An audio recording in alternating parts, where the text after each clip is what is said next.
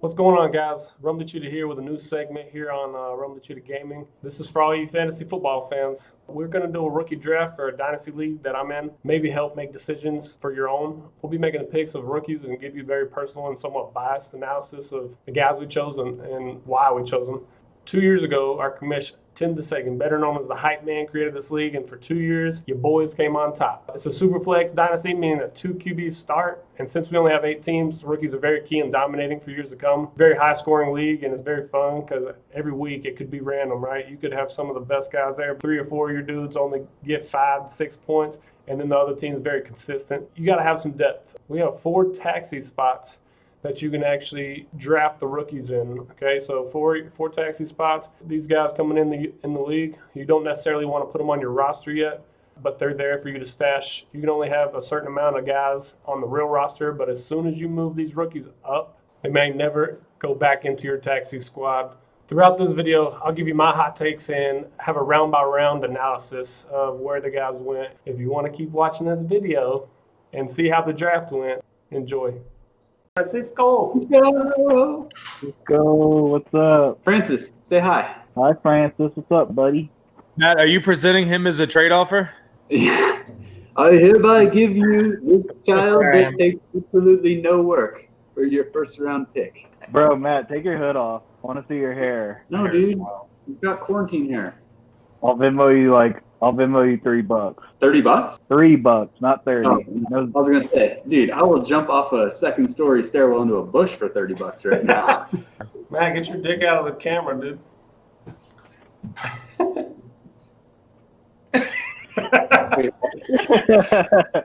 Do you have a draft song? Yeah. Okay.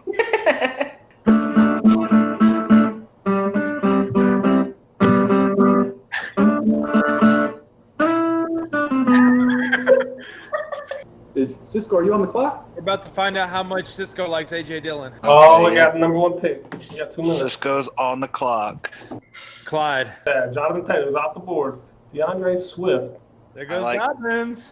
He's got running backs. Oh shit! Dallas Slammer. Let's see what Dallas Slama's doing. Back to back. This is exciting.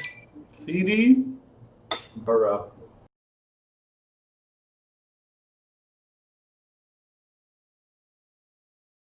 As you can see, number 1 and number 2, clear-cut favorites, ESPN, Fantasy Pro, all that stuff. We're pretty similar. Clyde Edwards-Helaire being on the top offense in the league, and Andy Reid, pass happy, I love it. And Jonathan Taylor, who's behind the best O-line in the league, I think. Number 3 with DeAndre Swift, and then J.K. Dobbins at 4, and then Cam Akers. So we had 5 running backs go off the board, even it's a PPR league. Deli, who do you? Henry Ruggs. Matt, you son of a bitch.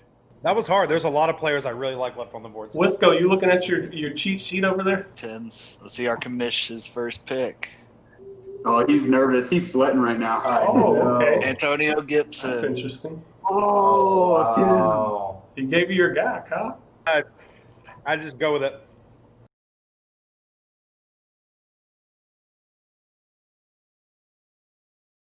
Round 2, I think personally was a steal for me. I got Jerry Jeudy in the first round at pick number 6, and he was the first receiver taken up the board. CeeDee Lamb and Joe Burrow followed him.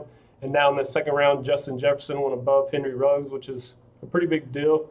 And I kind of agree. 1, Derek Carr is very iffy. He's never really had a deep threat, but now he does. And then 2, they also got another receiver in camp that I'll talk about later. But Justin Jefferson almost in a starting role in Minnesota. Why would you not draft a receiver that broke all those records with Joe Burrow and caught so many passes from Joe Burrow? I know it was Joe Burrow and everything, but you can't just throw those balls to anybody. That being said, I still like Henry Ruggs. Maybe he has like 4 or 5 big weeks because he just breaks the top off the defense. I ended up having the 11th pick as well, and seeing those 2 guys gone, Justin Jefferson was going to be my next one if he fell to me. I had to take my handcuff in Zach Moss. I love what the Bills are doing. They're a run-first team. They got Sean McDermott as the head coach now, who was a former Carolina Panther. Go Panthers. I just think they want to run the ball and play good defense, so I want to make sure that I had Devin Singletary's backup in Zach Moss, and Honestly, watching all the film, that man is a legit wrecking force, and I will have a dynamic duo in both Singletary and Zach Moss. I'm picking back up where I left off. Tua was the second quarterback taken. I'm still up in the air about him because he's on Miami and he's hurt and he's a lefty. Jalen Reagor is the next receiver that came off the board. I like that pick a lot. He reminds me of Steve Smith, but he's also hurt in camp right now. Stephen Corpse is old. Antonio Gibson was the next pick. He is now arguably in the lead back spot since Adrian Peterson is now cut. That end of the round finished with T. Higgins and Michael Pittman.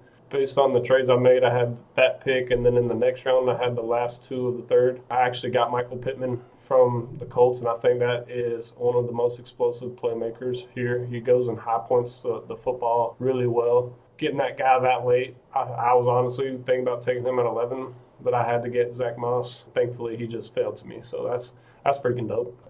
I like handcuffs a lot. I've got 5 of them on my squad. Kaylee likes to put you in handcuffs. Fuzzy ones. Yeah, Brian Edwards is going to be good too. I think he's legit.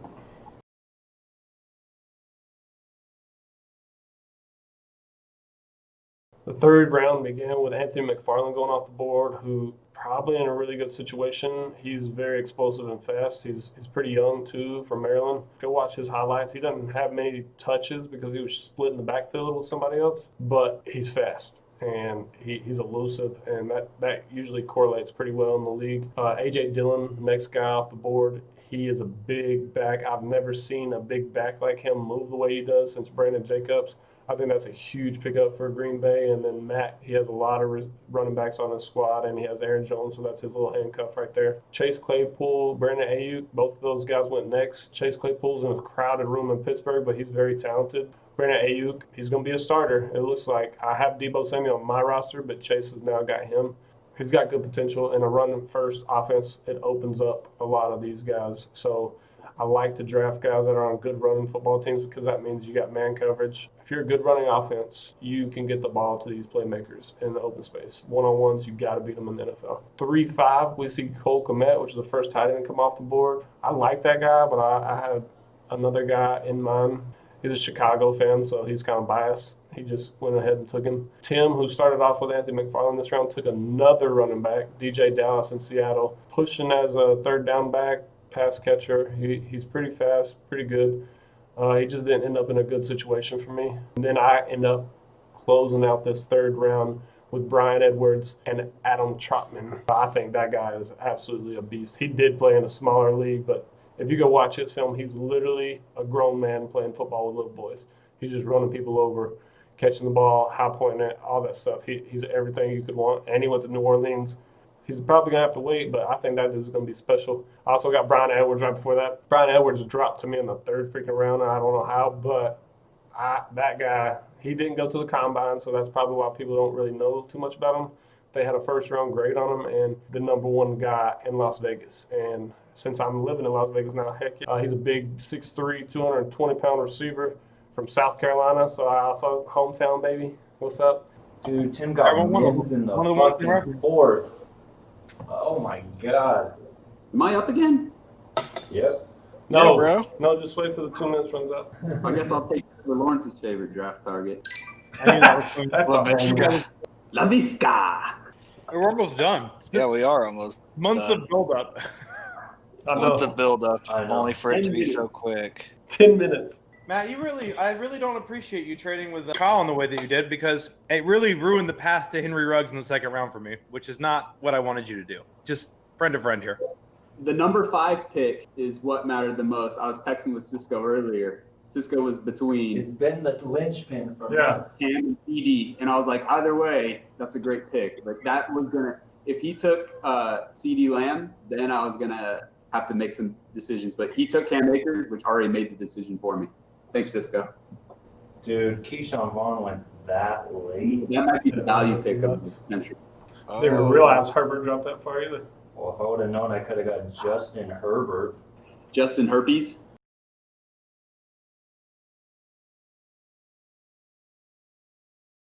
Denzel Mims and LaVisca dropped. And again, this is PPR.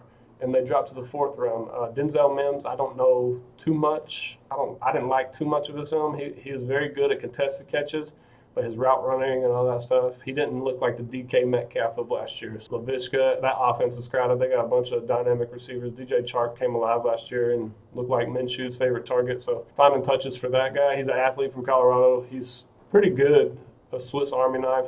He can do it all, right? Speed sweeps, running down the field. He's a pretty good athlete, but just with that offense, I just don't know. Then Lynn Bowden Jr., he's another Las Vegas guy, came off the board from Christian. For fantasy purposes, I just wouldn't draft him because they don't know how he's going to be utilized. He could be used as a quarterback every now and then. He could go be the speed sweep guy.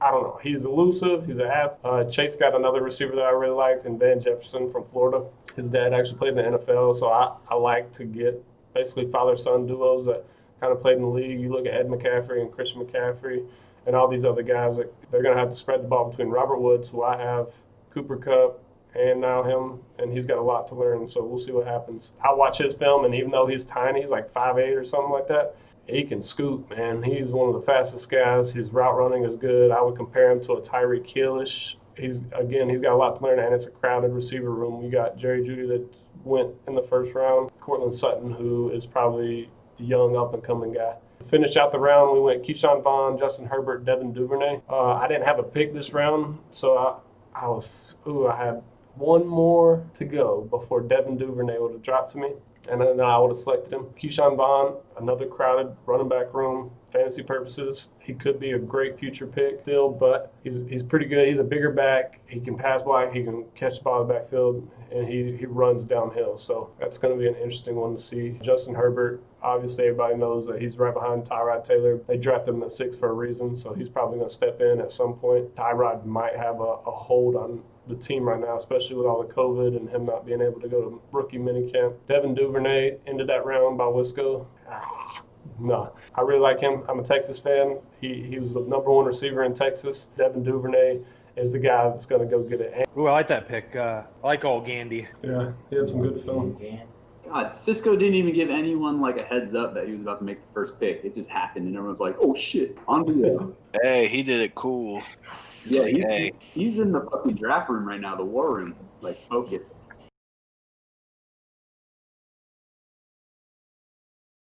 I actually started off the 5th round. Gandy Golden, he's another small school guy. I know I said I didn't like small school. If you go watch his film, he shouldn't have been playing at that school. He should have definitely been somewhere bigger. They just probably didn't have any room or didn't know about him or something.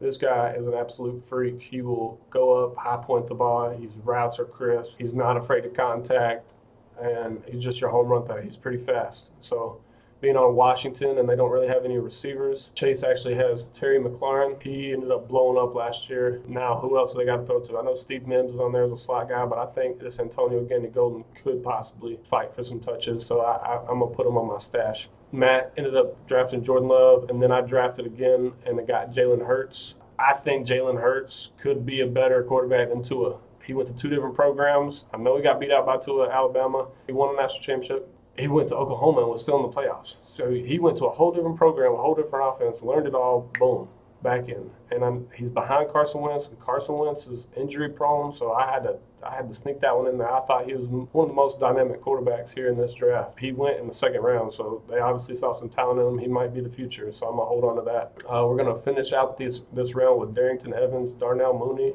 Devin Asiasi, Joshua Kelly, and Eno Benjamin closed it out. But Darrington Evans is a great handcuff for Derrick Henry. Derrick Henry is going to get the rock a lot, so therefore his risk of injury is higher. I know they're doing a real good job over there in Tennessee with like the all-vegetarian diet, and it really showed last year of how good and healthy that team stayed.